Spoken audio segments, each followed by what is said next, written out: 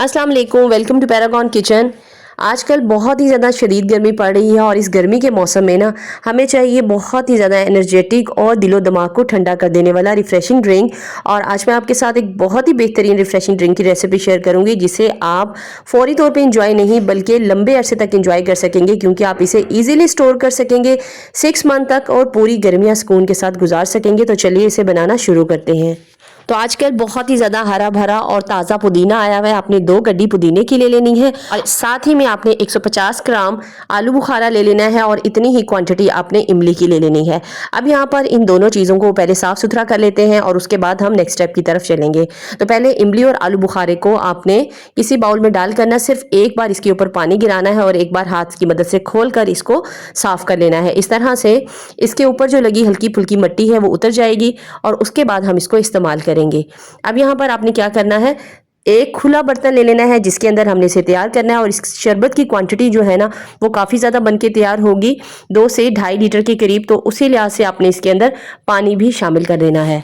अब चूल्हे को ऑन कर देना है और इसको आपने पकने के लिए रख देना है इतनी देर तक जो हम पुदीने के पत्ते हैं उनको अलग कर लेते हैं। अब यहाँ पर हरे हरे पत्तों को ही हमने इस्तेमाल करना है। जो थोड़े पीले और गले हुए पत्ते नज़र आ रहे हैं पुदीने के, उनको इसके अंदर से अलग कर लेंगे, क्योंकि हमें इस शरबत को स्टोर करके रखना है। तो साफ़ सुथरे पुदीने का और हरे पुदीने का इस्तेमाल करेंगे। तो पुदीने को भी इस तरीके से डंडी से अलग कर लेने के बाद आपने एक बार अच्छे तरीके से धो लेना है ताकि इसके अंदर से मिट्टी निकल जाए। अब यहाँ पुदीना साफ़ कर लेने के बाद दूसरा काम आपने इस सारे पुदीने को ब्लेंडर जग में डालना है और अच्छे तरीके से इसको एक बार ब्लेंड कर लेना है। तो ब्लेंड करने के लिए थोड़ा सा पानी हम ब्लेंडर जग में डालेंगे, इस तरह से ये अच्छी तरह ब्लेंड हो जाएगा। तो यहाँ देखिए सारे का सारा मिक्सचर जो है ना इसको आपने एक बाउल में निकाल लेना है और एक तरफ साइड पे कर लेंगे। तो अब यहाँ पर चेक कर लेते हैं इमली और आलू बुखारे को कि वो किस स्टेज तक पहुँचा है। तो इमली और आलू बुखारा 10 से 12 मिनट हो गए हैं पकते हुए और ये यहाँ पर इमली और आलू बुखारा अच्छा सा फूल चुका है। बस जब इस तरह से फूल कर बिल्कुल नरम हो जाएगा तो आपने इसके अंदर चीनी शामिल कर देनी है।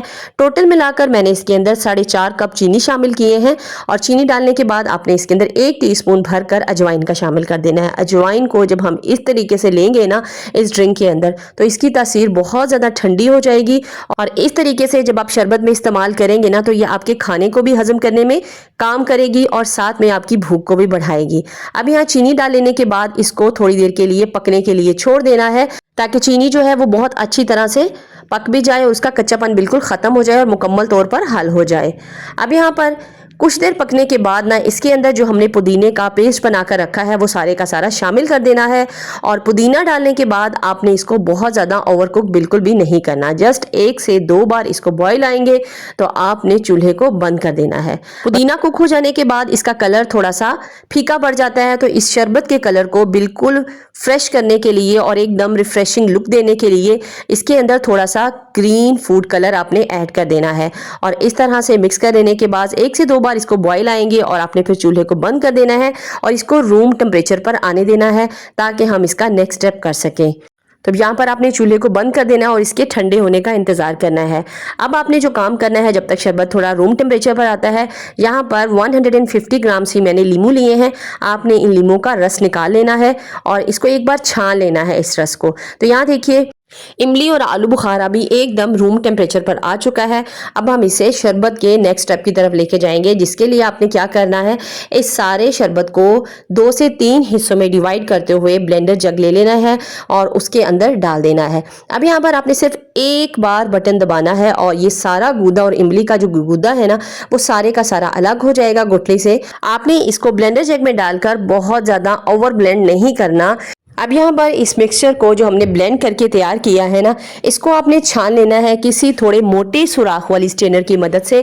बहुत ज़्यादा बारीक स्ट्रेनर का यूज़ नहीं करना है क्योंकि हमें इस शरबत को बनाने के लिए एकदम फाइन पल्प भी चाहिए।